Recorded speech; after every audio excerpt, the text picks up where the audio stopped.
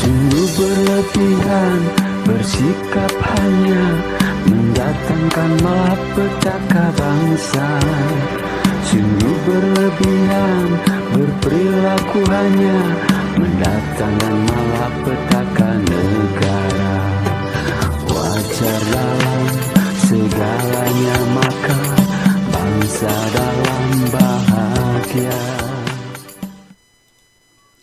Bismillahirrahmanirrahim. Pemirsa tercinta yang dirahmati Allah, Tuhan Yang Maha Esa, bersua kembali di kanal Hikmatologi. Monolog sederhana mengajak diri kita masing-masing berpikir kian melembut, cerdas, dewasa. Bijaksanakan hati nurani berdasar kitab suci, agama kepercayaan yang kita yakini. Tentu saja upaya serius terus-menerus tak kenal putus untuk menghayati, mempedomani, mengamalkan Pancasila niscaya dalam kehidupan sehari-hari.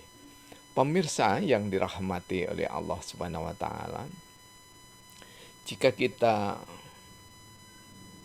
merujuk pada salah satu hasil riset di tahun 1969 dari Fred W. Rex dalam Administration in Developing Countries, maka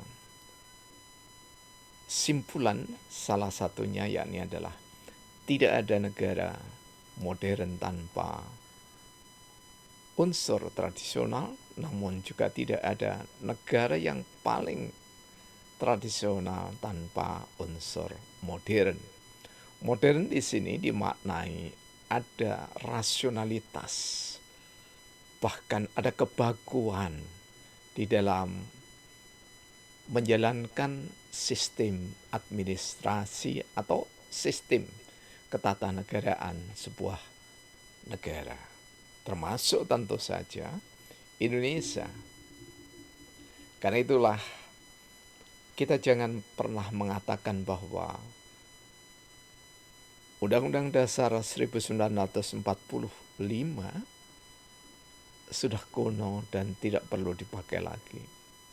Bahkan saking getolnya reformasi, maka tokoh-tokoh reformasi sekaliber Profesor Dr. Haji Muhammad Amin Rais yang ketika itu Ketua Majelis Permusyawaratan Rakyat Republik Indonesia beserta para tokoh yang lainnya tentu saja termasuk di dalamnya adalah Presiden Republik Indonesia, menggelorakan amandemen dan diwujudkan sehingga Undang-Undang Dasar 1945 yang ketika di zaman Orde Lama dan Orde Baru dikatakan bahwa tafsir resmi dari Pancasila adalah Undang-Undang Dasar 1945 yang disahkan pada tanggal 18 Agustus tahun 1945. Sehingga meskipun ada aturan peralihan dan aturan tambahan yang memungkinkan adanya perubahan, maka perubahan itu menjadi niscaya ketika tidak dalam ranah fondasi. Artinya bahwa ketika satu paket Undang-Undang Dasar 1945 dengan pembukaannya, maka tidak sekedar pembukaan itu yang dalam tanda petik pantang haram dirubah, tetapi sebenarnya bab kemudian batang tubuh, pasal dan penjelasan dari Undang-Undang Dasar 1945 Negara Republik Indonesia yang kemudian atas prakarsa dari tokoh nasional Indonesia Muhammad Natsir menjadi Negara Kesatuan Republik Indonesia. Pak Harto yang getol ya bersama Bung Karno yang sangat bersemangat untuk menggelorakan Undang-Undang Dasar 1945 berikut Pancasilanya sebagai fondasi yang sangat dasar, tidak merubah keberadaan Undang-Undang Dasar tersebut. Karena itulah, menyadari akan perjalanan sejarah anak bangsa yang kian hari semakin fluktuatif dalam perkembangannya, maka kembali kepada Undang-Undang Dasar 1945 adalah niscaya. Dan sekali lagi, untuk kesekian kalinya kami memberikan satu pandangan bahwa kembali kepada Undang-Undang Dasar Republik Indonesia tahun 1945 yang disahkan 18 Agustus 1945, itu berarti kita mengeluarkan ketetapan-ketetapan MPR RI Amandemen 1 sampai dengan Amandemen 4. Dan marilah kita, senyampang sekarang ini masih hangat-hangatnya pemilihan umum kepala daerah, baik kota, kabupaten, hingga provinsi, mari kita simak kembali hakikat, visi, dan misi dari Indonesia Merdeka. Kami menyebutnya visi dan misi Indonesia. Bukan, dan kami sangat tidak sepakat adanya visi dan misi. Bahkan sampai di Kampung Celaket ada visi dan misi ketua RW. Jadi visi dan misi kebangsaan itu direduksi, diciutkan menjadi visi dan misi pribadi. Mengapa kami sebut pribadi? Ya karena itu adalah visi, itu ide dari yang berbicara. Demikian juga misinya. Nah, inilah yang mengikis ruh dari keberadaan Undang-Undang Dasar Republik Indonesia 1945. Kami tayangkan gambar di sebelah kami. Kami sengaja ambil, kemudian kami bahasakan sendiri, tidak berarti merubah, tetapi esensi yang kami ambil. Bahwa visi mulai dari Presiden Republik Indonesia sampai dengan ketua RT, bahkan ketua atau pimpinan organisasi kemasyarakatan apapun bentuknya, ketika kiprah di dalam negara kesatuan Republik Indonesia harus ada kerelaan. Di samping ada kekhususan visi dan misi, harus ada kerelaan untuk tunduk patuh pada visi dan misi Konstitusi Indonesia. Ini bukan visi dan misi Indah Ruanto pribadi, bukan. Ya. Nanti bisa disimak seksama dan hati-hati di dalam pembukaan Undang-Undang Dasar 1945 dalam esensinya. Visi Indonesia Merdeka adalah kemerdekaan yang berperi kemanusiaan dan berkeadilan. Jadi kalau visi itu tidak perlu terlalu panjang dan sulit untuk dihafalkan, sulit untuk dimengerti. Mengapa kemerdekaan? Karena setiap pribadi, baik warga negara Indonesia maupun warga negara dunia lain, negara lain, semua adalah orang-orang yang merdeka, bukan orang bebas. Ya. Jadi kalau ada yang mengatakan kebebasan ini, kebebasan itu, dan seterusnya, ada kebebasan bicara, ada kebebasan berserikat, ada kebebasan berkumpul, ada kebebasan berpendapat. Kebebasan itu menunjukkan pada adanya kemauan untuk diikat. Karena kalau kemerdekaan itu ditali hubungkan dengan berperi kemanusiaan dan berkeadilan, maka kemerdekaan itu sejatinya adalah setiap orang, setiap warga bangsa itu sadar, menyadari, tersadarkan bahwa dirinya itu dibatasi oleh kewajiban-kewajiban dan hak-hak saudara sebangsa dan senegara. Karena itulah senyampang masih dalam pemilu kada, suasana pemilu kada yang belum berkiprah menjadi kampanye, maka jika sudah terlanjur ada visi dan misi dari masing-masing kepala daerah, mari kita kembalikan pada visi dan misi Konstitusi Indonesia. Apakah visinya? Misinya juga ada, khususnya di dalam pembukaan Undang-Undang Dasar 45 alinea keempat. Jadi yang visinya alinea pertama, kemudian misinya itu ada di alinea kedua sampai dengan keempat. Meyakini yang pertama, misinya adalah meyakini rahmat Tuhan yang Maha Esa. Karena kemerdekaan adalah hak segala bangsa, kemudian atas berkat rahmat Allah Tuhan yang Maha Kuasa. Jadi kami ambil misinya yang pertama adalah misi meyakini rahmat Tuhan yang Maha Esa. Meyakini rahmat Tuhan yang Maha Esa itu tidak perlu ada aturan, ya mohon maaf ya. Ada aturan perda syariat Islam, tidak perlu begitu. Ya cukup perda saja. Jika itu memang harus ada ruhnya Islam, maka tidak perlu disebut perda syariat Islam. Seperti masjid orang Islam tidak perlu.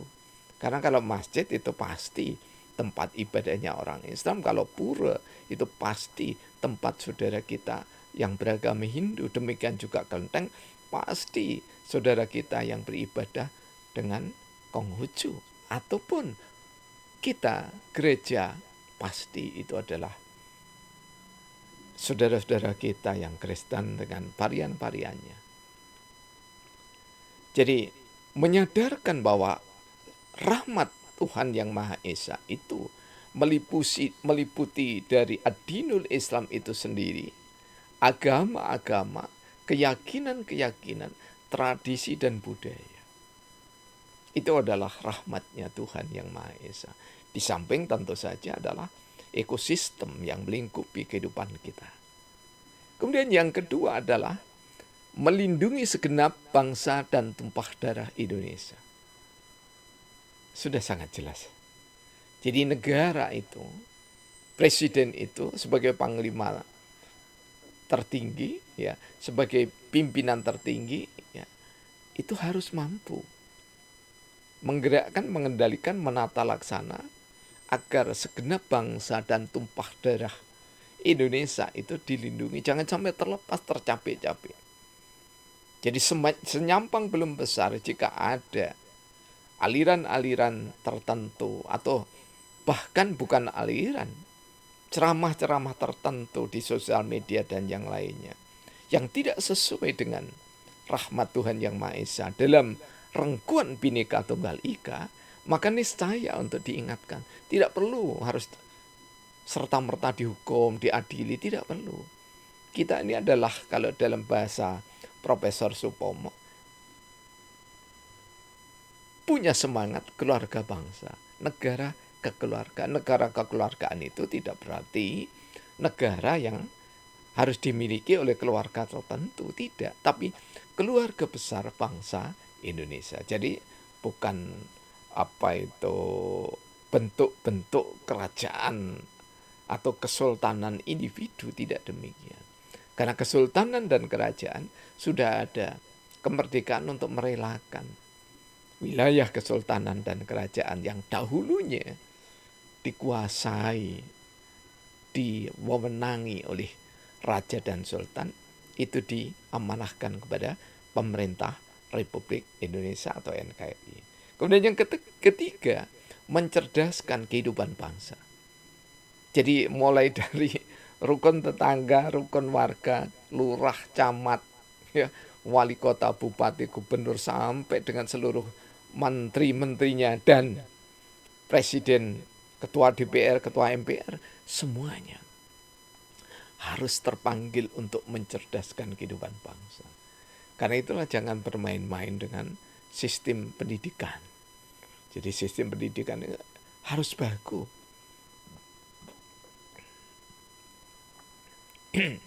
Baku itu bagaimana? Jika harus ada umur biologis yang ditentukan, ya pakailah standar umur biologis. Tetapi jika harus ada pengecualian karena talenta, kecerdasan anak cucu kita yang istimewa, maka usia biologis boleh jadi dilewati. Supaya semua anak bangsa bisa mengenyam pendidikan secara merata. Setidaknya kalau di era Gen Z, Gen Z ini, idealnya bangsa kita, anak-anak kita, generasi muda kita, semua bisa mengenyam sampai dengan sejajar dengan sarjana strata 1. 4. Memajukan kesejahteraan umum meliputi sektor-sektor ekonomi, sektor-sektor pariwisata, pertanian dalam pengertian yang luas. Dan termasuk di dalamnya jika kita harus menggolongkan ada kesejahteraan itu bisa diraih lewat pemerintah itu sendiri, BUMN-nya, kemudian lewat koperasi dan lewat sektor swasta atau kewirausahaan. Dan yang kelima, menjamin kemerdekaan bangsa. Artinya bahwa kedaulatan Republik Indonesia yang di dalamnya ada kedaulatan rakyat harus dijamin. Menjamin kedaulatan rakyat ketika kita masih memakai sistem demokrasi, maka mustahil. Karena demokrasi seperti yang kita lihat sekarang ini, masing-masing ketua umum, sekretaris jenderal dari partai, kasak kusuk untuk mencari calon. Dan sama sekali tidak pernah mengindahkan tokoh-tokoh masyarakat yang tidak ada di dalam organisasi atau partai politik itu sendiri. Dan lagi-lagi rakyat tidak punya kedaulatan sama sekali ketika partai politik berbasis massa. Karena itulah rekomendasi kami yang mengaktualisasi dari grand teorinya Soekarno, Presiden pertama Republik Indonesia. Partai ke depan adalah partai profesional yang dipayungi oleh sistem pemerintahan hikmatokrasi berdasar pada Pancasila, khususnya memakai grand teori sila keempat Pancasila. Kerakyatan yang dipimpin oleh hikmat kebijaksanaan dalam permusyawaratan perwakilan. Semua rakyat dipimpin hikmat. Karena ketika rakyat tidak dipimpin hikmat, maka dia cenderung berbuat semau-maunya. Kebebasan, bukan kemerdekaan.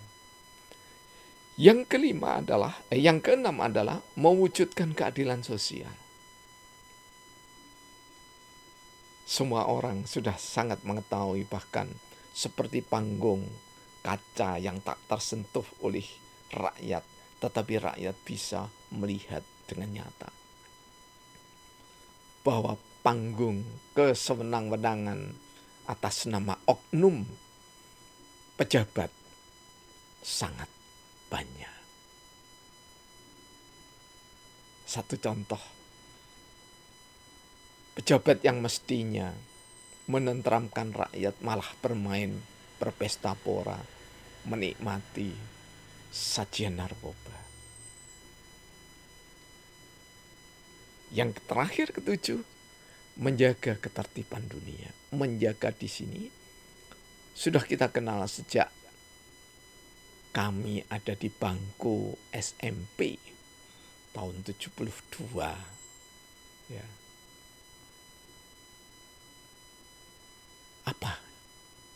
yang disuarakan oleh, yang dididikkan, diajarkan oleh guru-guru kita. Ketika itu nama mata pelajarannya adalah Civic dan Kewarganegaraan atau Civic garing Kewarganegaraan. Yakni adalah bebas aktif, politik bebas aktif. Jelas sekali bahwa politik tidak nista. Ya, sebagaimana disampaikan oleh Profesor Dr. Buya Haidar Nasir, pimpinan Muhammadiyah, ya, baru-baru ini, bahwa politik dengan politik, rahmatan lil alamin yang ada di dalam Islam bisa diwujudkan. Karena politik itu memang adalah bersikap berbuat arif, berbuat bijaksana, tidak saja untuk diri dan kelompok, tapi untuk semuanya. Inilah visi dan misi sesuai dengan konstitusi Negara Kesatuan Republik Indonesia yang harus dipegang teguh oleh seluruh calon pemimpin di strata manapun. Tanpa memahami visi dan misi konstitusi, maka kecenderungan bergerak tanpa kendali. Itulah kebebasan. Dan itulah yang diajarkan demokrasi. Meskipun dikatakan bahwa demokrasi menjunjung tinggi hukum, tetapi sekali lagi, martabat dan harkat manusia hanya bisa dijamin oleh Pancasila. Oleh sila keempat jika kita merujuk secara khusus. Terima kasih. Kesalahan, kekurangan tentu Anda yang akan melengkapi dengan cara bijaksana, dan kami ada kerelaan untuk menerimanya dengan baik. Alhamdulillahirabbil alamin. Praktek biologi dan bersari